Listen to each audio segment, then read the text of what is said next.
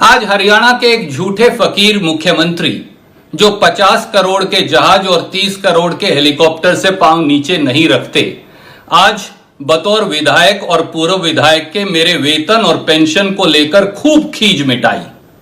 खट्टर साहब, अभी आप 6 साल से ही विधायक बने हैं। रणदीप सिंह सुरजेवाला 18 साल हरियाणा विधानसभा में विधायक रहा है। कानून की जानकारी नहीं तो अब सीख लीजिए। विधायक को वेतन और पूर्व विधायक को पेंशन हरियाणा सरकार के कानून के अनुरूप मिलती है।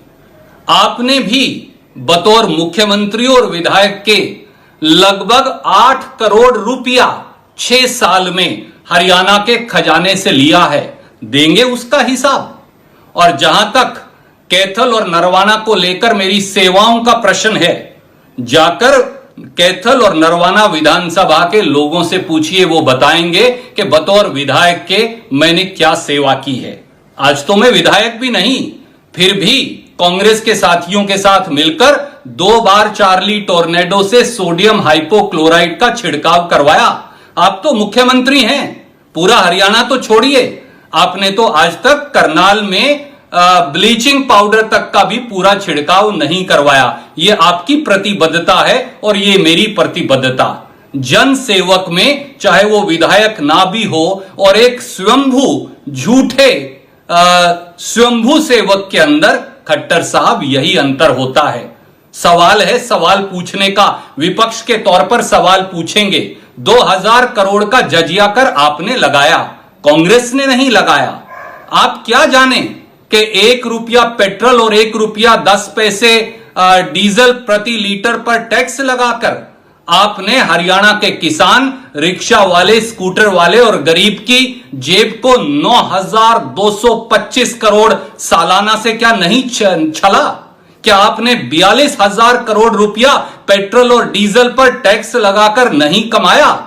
क्या आपने रोडवेज की बसों का किराया बढ़ाकर 171 करोड़ रुपया सालाना का बोझ आम जनता पर नहीं डाला? अरे आपने तो गृहिणियों को भी नहीं बख्शा और सब्जी वालों को भी नहीं बख्शा। सब्जी और फल पर भी 2% टैक्स लगाया।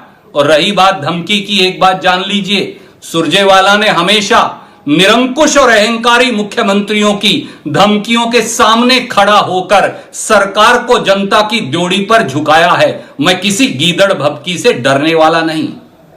करके बहुत ही मन में कष्ट हुआ, ऐसा मैं कह सकता हूं, क्योंकि इतने छोटे विषय के ऊपर इतना आगे बढ़कर के कहना, यानी मात्र 80-82 करोड़ रुपए महीने का खर्च 10,000 करोड़ रुपए के खर्च में से अगर हमने बढ़ाया है, और उन्होंने कहा कि जैसे बहुत कुछ जनता से लूट लिया गया हो।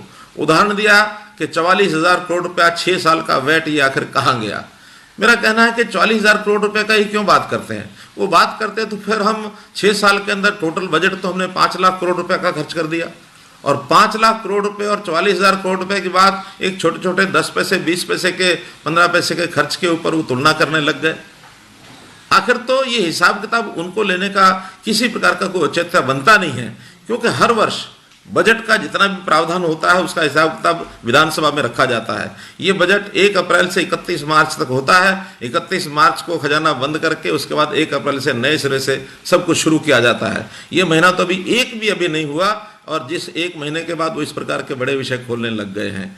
क्योंकि इस छोटे विषय को लेकर के मुझे ऐसा लगता है कि जैसे उनका कहना तो यह है कि कोरोना के समय में जले पर नमक छिड़क रहे हैं, लेकिन जलन किसको हो रही है, ये अगर मैं स्पष्ट रूप से कहूं तो इस समय कोरोना के समय के अंदर जिस प्रकार से हम लोगों ने चीज़ों को संभाला है, जनता जिस प्रकार से इन सारी बातों से संतुष्ट है, और सारे देश भर में हरियाणा की गतिविधियों को लेकर के सब लोग संतुष्टि व्यक्त कर रहे हैं। सब लोग कह रहे हैं कि हरियाणा ने बहुत अच्छे तरीके से इसको संभाला है। कहीं ऐसा तो नहीं ये सब बातें सुन करके हमारे मित्रों को ही जलन हो रही हो, यही जल रहे हो और इनको जलन हो रही है, और इनके जलन पर अगर ये समझते हो कि इनके जलन पर नमक छिड़क दिया गया है तो ये कोई बहुत अच्छी बात नहीं है। कृपया संतुष्टि व्यक्त करें। और ये समय ऐसा है, ये समय जो संकट के समय, एक आपत्ति के समय, इन छोटी बातों पर राजनीति करने की आवश्यकता नहीं है।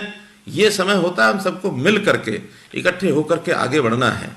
अभी हमने एक अपेक्स ग्रुप की अपनी मीटिंग की, उससे पहले ऑल पार्टी मीटिंग में भी जो नेता थे, सब लोगों ने एक विश्वास दिलाया था क्या कि हम लोग सरकार के साथ खड़े हैं। सरकार को सुझाव सब के मिलते ही हैं, सबके सुझाव लिए जाते हैं, लेकिन उस सुझाव के बाद सब लोगों का एक ही विषय रहता था कि मुख्यमंत्री साहब आप जो करेंगे, सरकार जो करेगी, हम साथ खड़े हैं।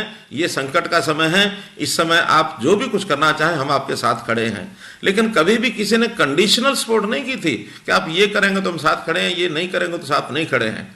अभी ये बहुत कुछ हुआ नहीं है।